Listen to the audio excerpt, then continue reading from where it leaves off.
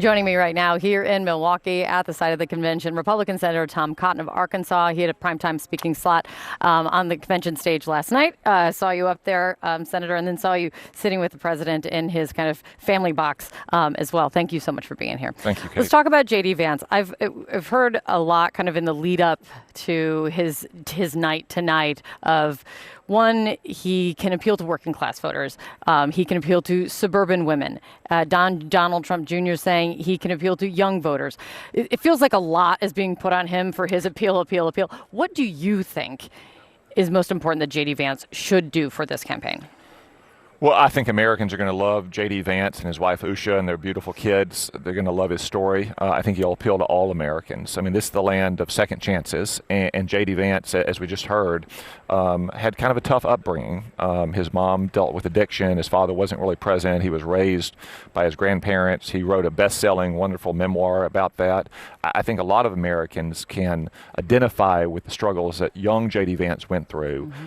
He got into the Marine Corps. He said that helped teach him the maturity and the discipline to be a strong, contributing member of our society. Had tremendous success at law school and in finance, and then went into politics. I think the American people are going to love J.D. Vance and his story. I think they're going to be able to see him as someone who can understand the struggles that hardworking Americans go through every day.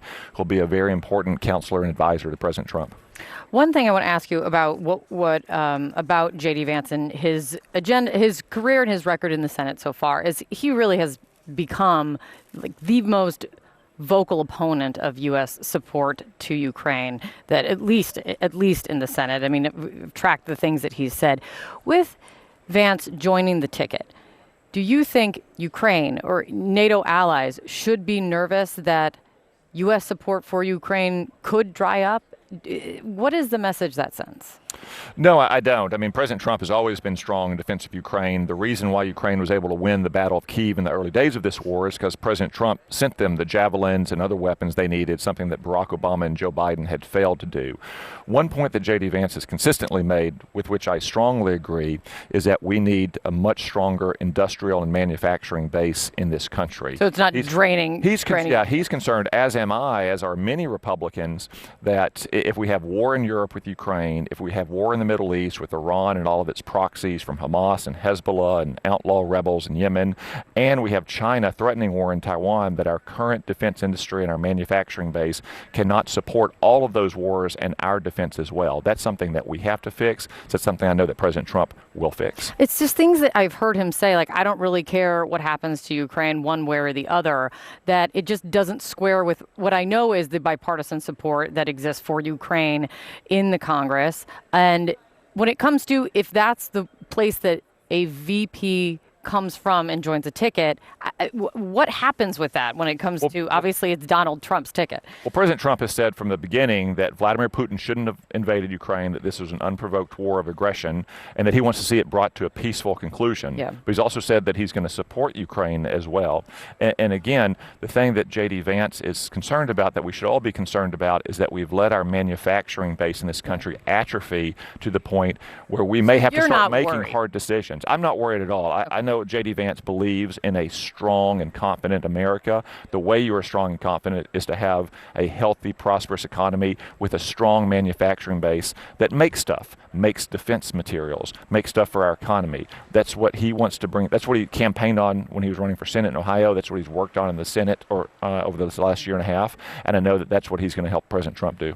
On the assassination attempt, I was seeing that there's an all senators unclassified phone briefing later today. You're on all the relevant committees. Have you received any update that you can? Have you guys received any information about what's known or not known so far? Not really, Kate. Yeah. Just to be frank, Yeah. Since the assassination attempt on Saturday, we've been out of session. I haven't been near a classified phone or a classified space. Right. So I don't have the critical classified details. I've heard the reports that the administration said they've had a threat on President Trump's life from Iran. That sounds like something Iran would do. There are several former members of Donald Trump's administration who still have bodyguards to this day because of Iranian death threats. I am concerned, again, about the lapse in security planning on Saturday, and that if what we saw Saturday was the enhanced security Right. detail that President Trump had because of the Iranian threat. The senior leadership of the Secret Service really has a lot of explaining to do, and we need to understand why that lapse happened. Again, it's not to take any away Right. from the bravery and skill of President Trump's detail and all those officers and law enforcement officers who helped protect not just the president, but the crowd as well. But the senior leadership of the Secret Service has some serious answers to provide. Senator, you're also on judiciary, and President Biden, we have reporting that he's seriously considering publicly endorsing major reforms to the Supreme Court, including chief among them, term limits for the 9 justices, pushing for it. There's even talk about trying to pursue a constitutional amendment. Is that something you would support? No, I think our Supreme Court is constituted well. It's been like this for more than 100 years. President Biden doesn't like some of the decisions that this court has issued. But I would point out that this court is not a partisan court. They've had many 9-0 decisions this year. They've had split decisions that don't break down cleanly over ideological lines. What you have is a court that follows the law and applies the law to the facts. Justice Scalia, one of the great justices of all time, famously said, if you don't sometimes disagree with your result as a judge, you're not judging right. And I think most of the justices on this court would in fact disagree as a personal matter with the opinions they reach, but they reach them because that's the right decision on the law and on the facts. Those are the kind of justices that Donald Trump appointed when he was president for 4 years. If he's elected again, those are the kind of justices he'll appoint again in the future. It is the Supreme Court, hugely important when it comes to who is chosen as president, and it definitely, it seems that a lot of people do believe that politics has seeped into the court these days, but this is why it's become a huge conversation as part of this election. It's great to see you, Senator. Thank you very much for coming in. Thank you, Good Kate. to see you here.